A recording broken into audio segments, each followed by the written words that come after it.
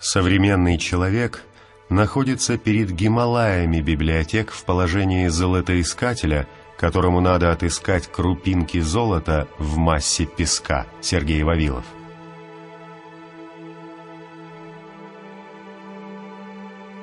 Нет таких наслаждений, которые не теряли бы этого названия, когда они достаются легко и во множестве. Мари де Севинье.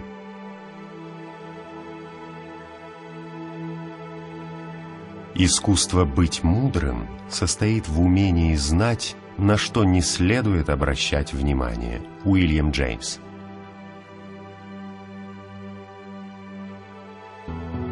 Вернейший способ быть обманутым – это считать себя умнее других. Франсуа де ла Рошфуко.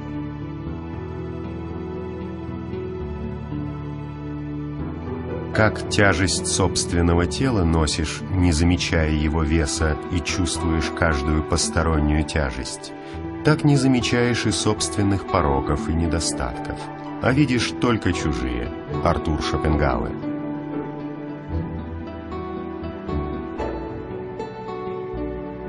Для каждого человека ближний зеркало, из которого смотрят на него его собственные пороки.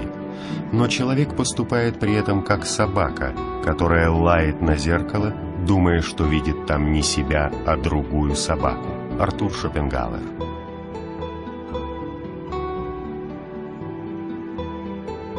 Юношей человек собирается построить мост на Луну или храм до небес.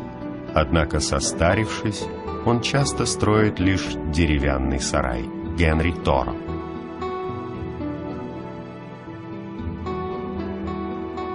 Гениальность – это всего-навсего непривычный взгляд на вещи. Уильям Джеймс.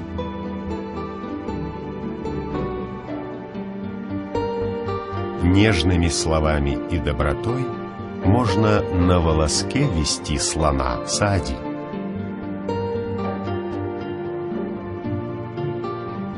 Видя чужие пороки, умный избавляется от своих. Публий Сир.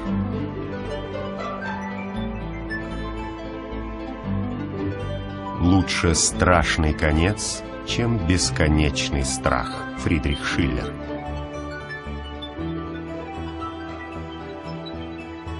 Большое препятствие для счастья – это ожидание слишком большого счастья. Бернар де Фонтенель.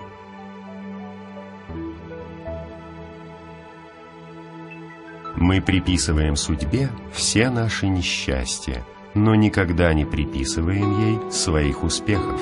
Шарль Режимансе.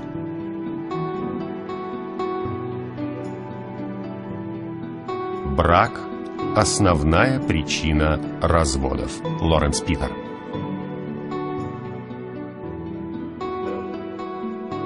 Истинная сила человека не в порывах, а в нерушимом спокойствии. Лев Толстой.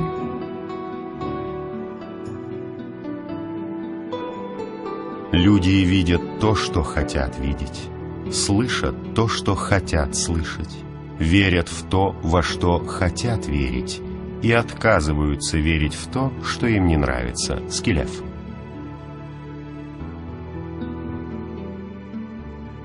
Лишь те способны понять цену жизни, кому случалось быть на краю смерти. Джавахарлал Неру.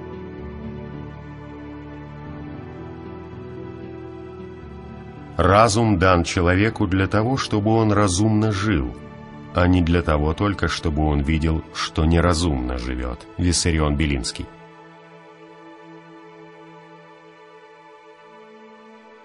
Сознание своего несовершенства приближает к совершенству. Иоганн Гёте.